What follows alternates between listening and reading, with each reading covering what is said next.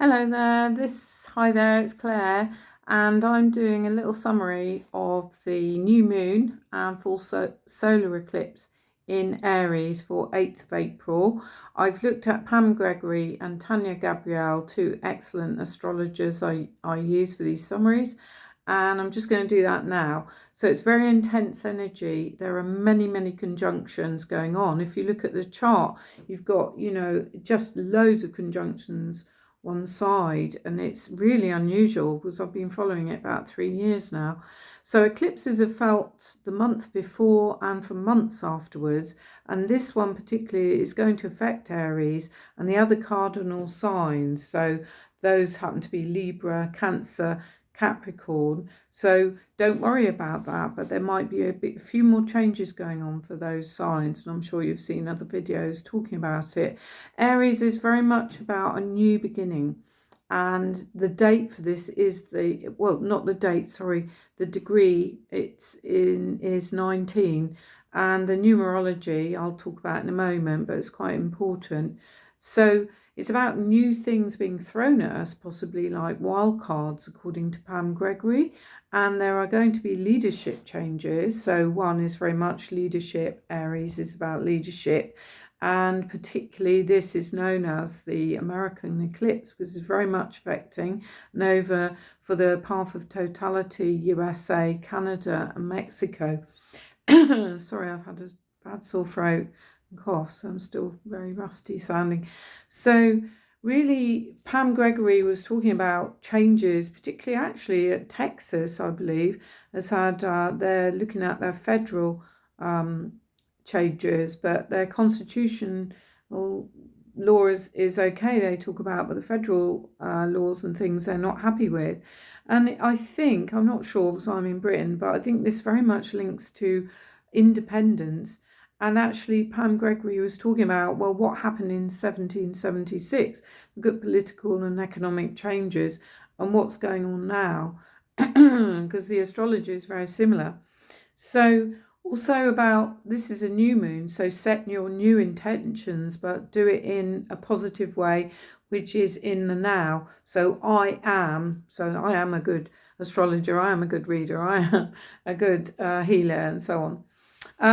With the shadows, so there are shadows as well with Aries. It's very much ruled by Mars, and it can link with warlike energy, sometimes aggressive. So you need to stay in our peace and do something that links with that. So do something simple like listen to birds, music, and so on. Sorry.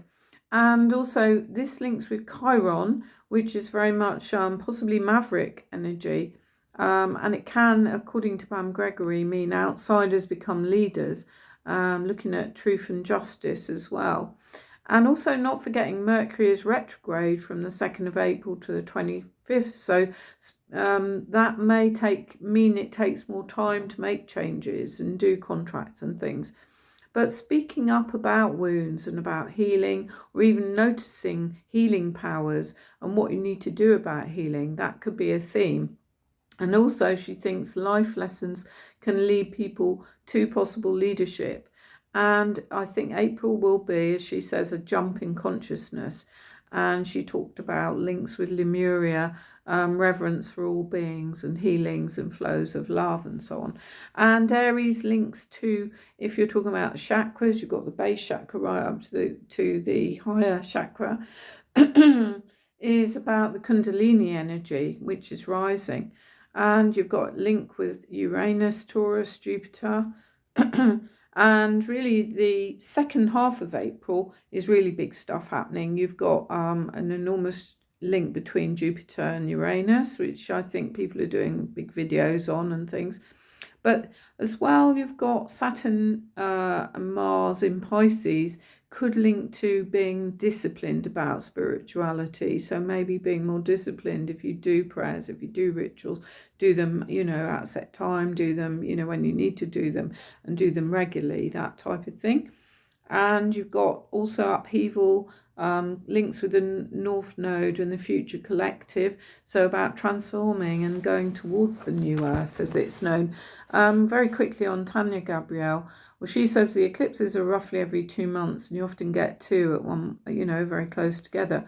And we had the Libra moon eclipse in March, late March. It was very strong energy. There were some effects of it in my street, I can tell you. I think the solar eclipse is what they're saying is, a little bit more gentle energy, but there will be some, other changes. And she talked about 19 degrees of stellium, sacred healing with Chiron, Mars conjunct with Saturn, releasing stuck patterns. And what does being a male mean to us? Because actually Aries is ruled by Mars, and, that might, pose questions. Are we giving away our power, or are we being in service, was a theme she had, really. So I think it very much links with leadership. And are the leaders using their power correctly? Are they going to serve us, or are they using it as, power control? And also, are we being used and being naive as well came up as a theme. So there's some questions there. And she talked about, well, the Jupiter-Uranus conjunction further on in April is about going to bring in great abundance, apparently in creativity energy, maybe some upheavals and some upgrades as well, and changes in the political, economic, arts, power bases and leadership. And she talked about 19 in numerology terms as being the Prince of Heaven number. Well, 1 and 9 is 10, but 1 and 0, as you say, is 10 equals 1. So it's very much about leaders, but are they serving us? 1 is leadership. And but she also mentioned as well, do plan carefully as Mercury is retrograde, so we need to take more time. And obviously this really is, impacting USA. That's where the path of totality is. The times are 7:21 p.m. in the UK, roughly, and it's more affecting the southwest, possibly bits of Wales and Ireland, but not so much where I am, unfortunately. 2:21 p.m. in New York and 11:21 a.m. in Los Angeles. I know you don't use the same time systems, but if you could look them up, that would be great. So we've gone to British summertime now, so it's the clocks move forward, by the way. So anyway, have a great eclipse. Do leave comments if you like what I do. That'd be great. I'm actually going to do some more reading, so I'm joining a reading circle soon. So that's a new change for me. That's come out of nowhere, like a wild card, exactly that. So anyway, blessings. Have a great month in April. Bye for now.